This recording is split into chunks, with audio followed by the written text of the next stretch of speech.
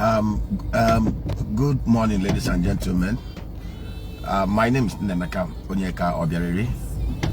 I want to humbly make this submission that every problem identified is a well of wealth. When you provide the solutions to that problem, the solutions you provide to solve that problem is actually the cup with which you will use to draw from that well of wealth. Problems are well of wealth.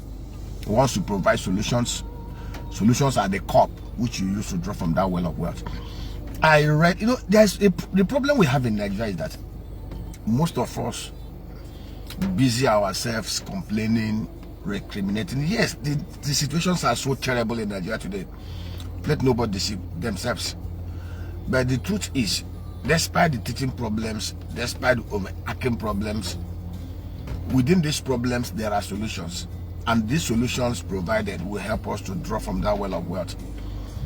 Most of us will always engage in ethno-religious gaslighting just to hide our weaknesses, to hide our olodoism. I use the word olodoism, olodos, to be very funny. In fact, I read an article. I read a Twitter rant by one of these clowns who tried to sow ethno-religious strife. He was lamenting that a basket of tomato is at 5,000 in Jos, and it is 150,000 in Lagos. A massive big ram in Zaria, he was saying, is about 150,000 in Lagos, 300,000, and he was trying to sow some ethno-religious strife by saying that we that live in Lagos are being exploited by those from the north. And this is one of those things, and he termed it liberalism, that we the Lagos are liberal, so people come in. The guy forgot one fact, that a year ago or 2 years ago, a bag of tomato was 20,000 in Jos, and of course a liter of the AGO was 250 naira per liter. Today a liter of the AGO is about 1,500. To move a truck from Jos to Lagos will take about 250 liters of gas oil, AGO. So you can see the difference. A liter, 50,000 will have taken a truck from Jos to Lagos. Today, 375,000 naira is what a truck will use to move from Jos, to buy fuel alone from Jos to Lagos. Not talking about maintenance, but that's not an excuse. What do you do? It's a simple law of demand and supply. We've always said this. You see, to fix Nigeria is the simplest thing for anybody that has a creative mind, patriotic zeal, honesty, and passionate creativity. The problem we have in Nigeria today is that we have at the leadership cadre and the followership cadre many who lack the power of creative thinking, the power of solution provisioning. Our minds are programmed to just see problems and lament on problems and recriminate and blame everybody outside of us. But we forgot that once a finger is pointing at other people, the four are pointing back at you. And the truth is, we can actually solve the problems in this land without gaslighting anybody. And I said to the guy, I was so angry. This is a common economic problem. The guy who is producing tomato in Jos has seen the cost of logistics, insecurity, and other things multiply. Therefore, you will not expect him to produce his tomato at 20,000 at the cost of 20,000 per basket, sell at 5,000 in Jos per basket, and then sell the same tomato in Lagos. It's not possible. You will need to factor in the cost of diesel, the cost of the massive extortion points on the road by the police and security agencies, and then other ancillary costs. And of course, even saying that 150,000 is his only way he can actually break even and make profit.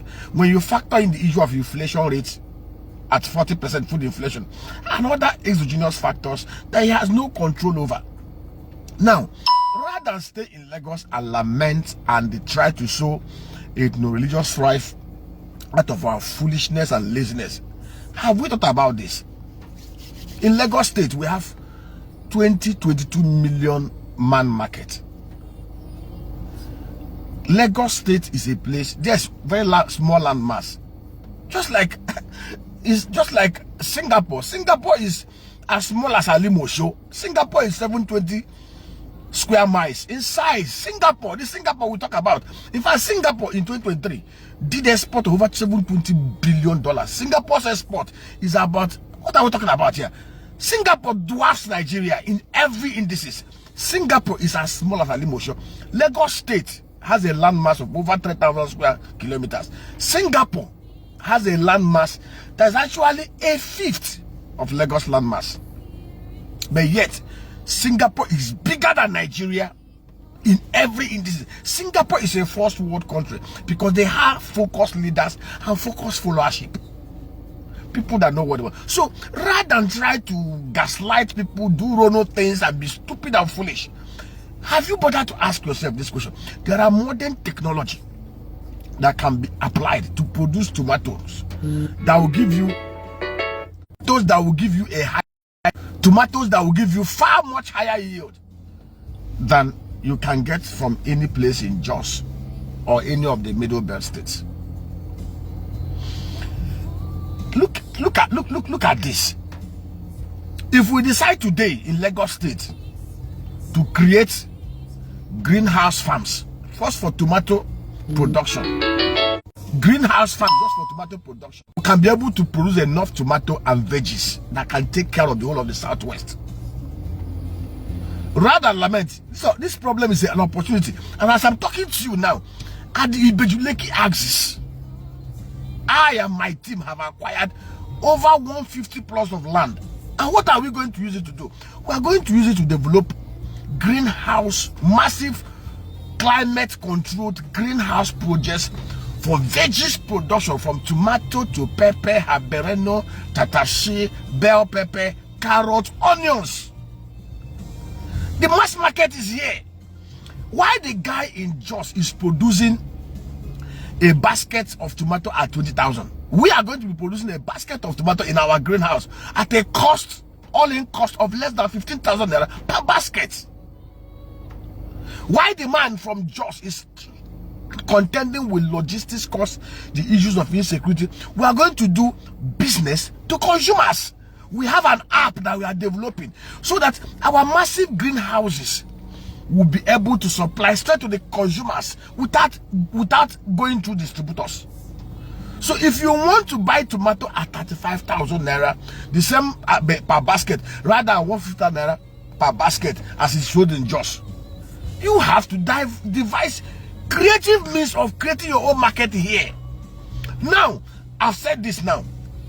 We're investing heavily in the agro sector. We are doing massive 30 hectares in Ibadan. We are doing in Ondo. We are doing in Lagos. We are doing the Lagos project. It's a 150 plot of land, massive. We are doing almost about, the first pilot scheme is 150 greenhouse units, 960 square meter each. Climate control, high-tech greenhouse projects.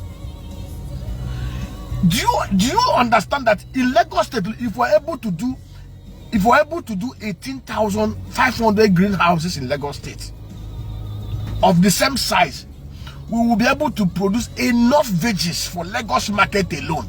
It will take about $3 million to execute this project. Annually, we can get almost about $500 million, and at a price that will make it very competitive. Nobody can compete with us from anywhere in Nigeria. But do know the irony of it. Now we are thinking creatively. By the time we start this project, one other lazy clown will now start shouting, Ronu, oh, the Igbo man has come to take over their market. The Igbo man has come to take over their state.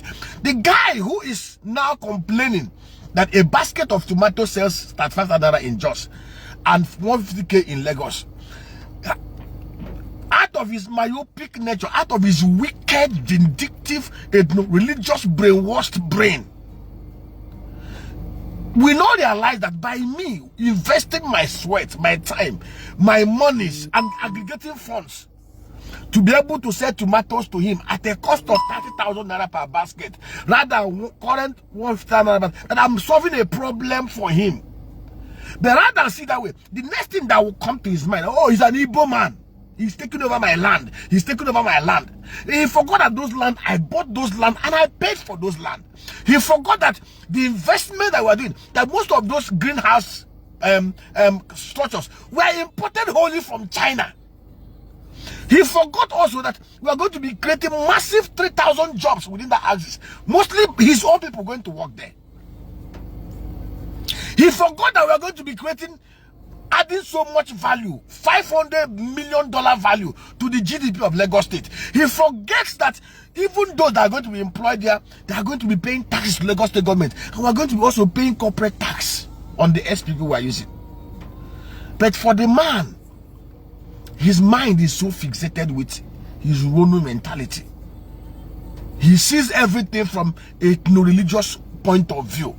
He views the man helping him from every part of the world as an enemy who is taking over his land. The same man will travel to the UK to get British passport. The same man will travel to Canada to get Canadian passport. The same man will be so free to contest elections in Canada and become a minister, to contest elections in UK and go to UK parliament. Nobody will abuse him, nobody will heckle him, nobody will insult him. But because somebody from here, somebody from other part of Nigeria who is also a Nigerian like him, is trying to create value that will help solve a problem for him, create job, add to the GDP of the state where he comes from, he will see it from that angle because his mind is so narrow. As the son of the devil or daughter of the devil that he or she is, he does not see things from the progressive point of view. Anyway, you know, we do this kind of things for the sake of love of God and humanity. There's something I understand. You can't claim to be a Christian when you don't show forth as the light of the world and the salt of the earth.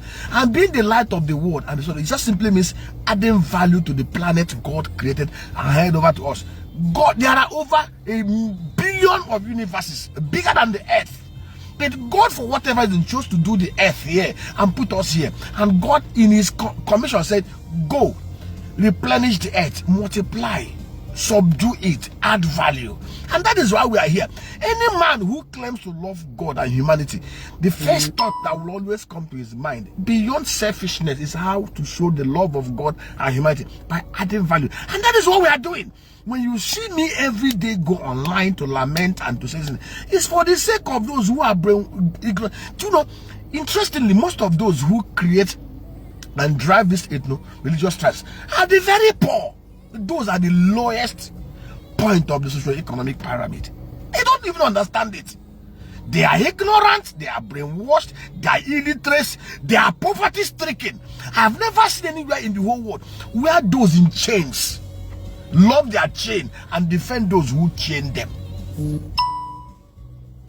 I will have taken the, see, as I'm talking to you now, they've called me from Liberia. Liberia, there are dearth of greenhouse in Liberia. In fact, see, I don't want to, I need to contain information.